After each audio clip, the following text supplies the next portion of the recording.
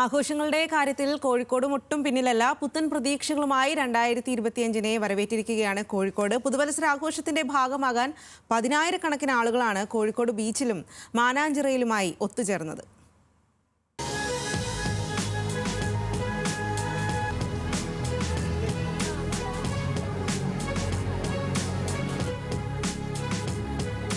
ചെറിയ സന്തോഷങ്ങൾ പോലും വലിയ ആഘോഷങ്ങളാക്കുന്ന കോഴിക്കോടിന് ഇത്തവണയും മാറ്റമുണ്ടായില്ല.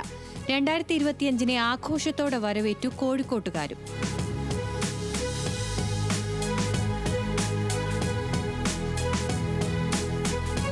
ക്രിസ്മസിനോടും പുതുവത്സരത്തിനോടും അനുബന്ധിച്ച് മാനാഞ്ചിറ നേരത്തെ തന്നെ ഒരുങ്ങിയിരുന്നു. നിരവധി പേരാണ് ഫോട്ടോ എടുക്കാനും പുതുവർഷാഘോഷങ്ങൾക്കുമായി മാനാഞ്ചിറയിലേക്ക് ഒഴുകിയെത്തിയത്.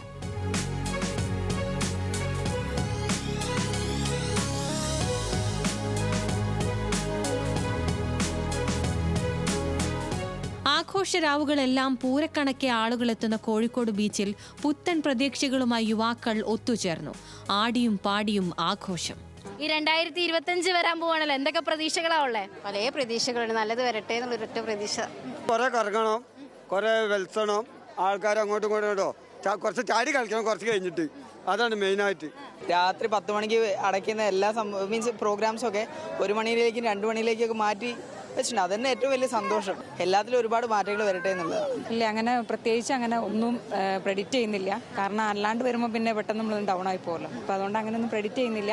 വരുന്ന പോലെ സംഭവിക്കും. 2024-ൽ മലബാറിനേറ്റ മുറിവുകൾ ഒന്നാകെ മറക്കാൻ പുതുവത്സരത്തിനാകട്ടെ എന്ന പ്രതീക്ഷയാണ് ഏവർക്കും. ന്യൂസ് മലയാളം, കോഴിക്കോട്.